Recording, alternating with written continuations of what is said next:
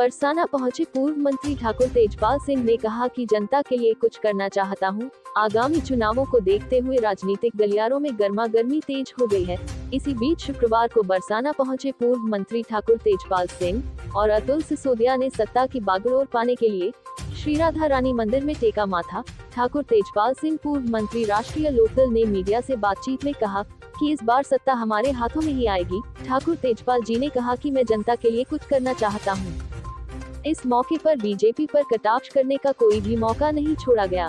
ठाकुर तेजपाल सिंह ने बीजेपी पर निशाना साधते हुए कहा कि बीजेपी के कार्यकाल में एक भी युवा को नौकरी नहीं मिली और युवाओं को रोजगार के लिए जगह जगह भटकना पड़ा।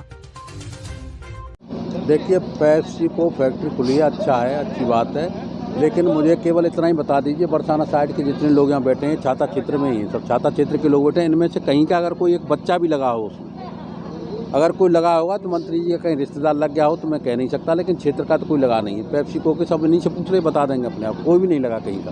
यहाँ का लोकल आदमी लिया ही नहीं उन्होंने कोई। जो छाता शुगर मिल के लिए जो बजट पास हुआ है, आपको लगता है कि ये हो पाएगा या किसानों के चेहरे को नए खुशहाली आ पाएगी? एक नए पैसे का बजट छाता क्षेत्र को नहीं दिया है।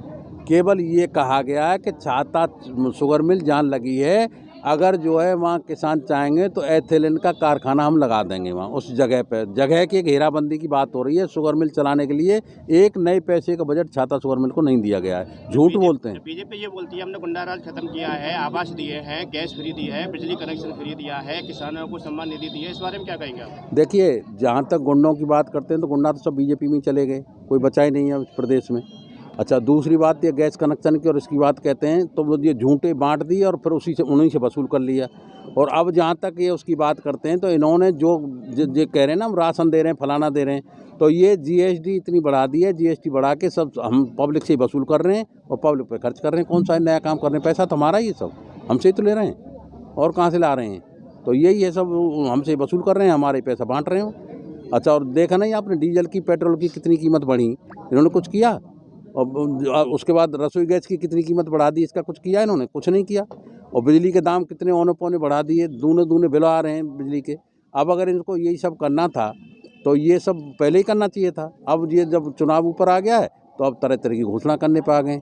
तो ये बिल्कुल झूठी सरकार है। ये सरकार जो है अब जाने वाली है, तब ये डूबता जहाज है बिल्कुल।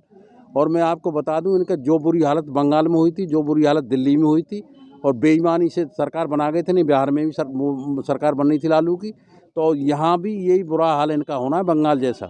इसीलिए इन्हें दिखाई दे रहा है जो ताबड़तोड़ ये घोषणा कर रहे हैं। क्या आपको लगता है उत्तर प्रदेश में आपकी गठबंधन की सरकार बन पाएगी? गठबंधन की सरकार 100% से भी और ऊपर कोई हो तो मैं वो कह रहा हूँ वो सरकार बनेगी। इस बार कितनी सीट ला पाएंगे आपकी सरकार? जी, इस बार कितनी सीट ला पाएगी गठबंधन से आपकी सरकार? देखिए, गठबंधन की जहाँ तक सीटों का सवाल है, मैं ये कहता हूँ 250 से ऊपर सीटें लेंगे, इससे कम नहीं लेंगे। गठबंधन को ज़्यादा ही सीट मिलेंगी। और